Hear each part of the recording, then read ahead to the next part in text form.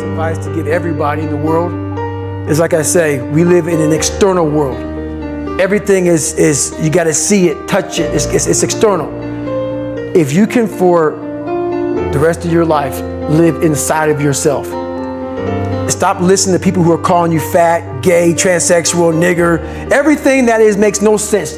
All these insecure people putting their insecurities on you, you got to flush it out. You got to just be whoever the hell God or whatever the hell you believe in. If you believe in nothing but yourself, I don't care what it is. You got to take everything and throw it away. You have to believe in one thing, and that is yourself. And I'm not saying don't believe in God or what you believe in, but right now, for you to find greatness in yourself, you're not going to find it by looking in a book or by even hearing me.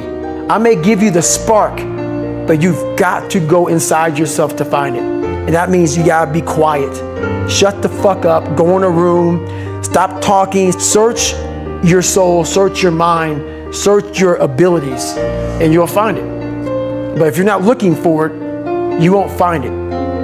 I found out the whole key to life. It's not in all that. You have to face yourself. So many people live to be 100 years old and they die miserable, having everything, because they never examined. I call it my live autopsy. You never examine this. Happiness, peace, enlightenment, it's all up here, man. It's all up here.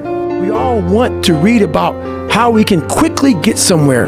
That's why the 6-minute abs and all sort of shit so powerful.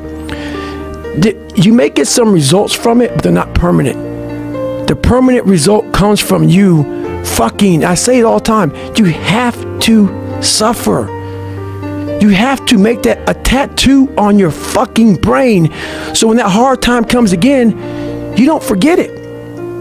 You may forget it for a second, but you can go back in the cookie jar, I call it. It's something that we've all endured. I call it the cookie jar, and we often forget how hard we are, but you gotta reflect back. Take a couple seconds, reflect. I've been through this, I've been through that, and then remind yourself, I'm a bad motherfucker.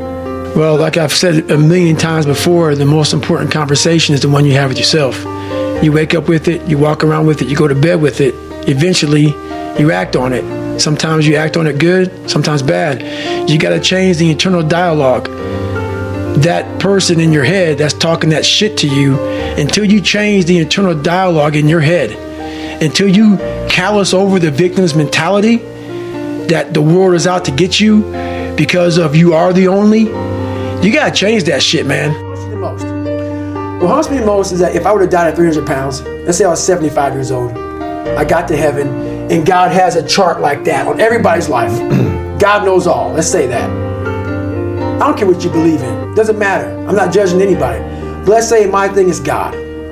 You get to heaven, I'm 300 pounds, I sit down, I was a cockroach, terminator my whole life, and we're sitting down just like this, you're God and I'm David. And he gives me that chart, and he says, look at this.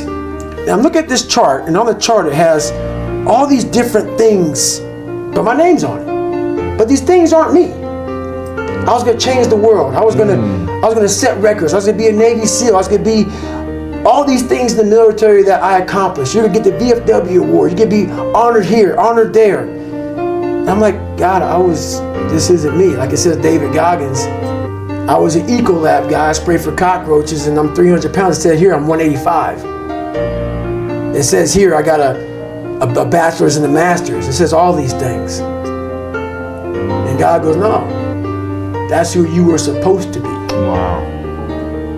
My biggest fear in life is if there is a final resting place in this world, and there's a final judgment, and you talk to something much bigger than you.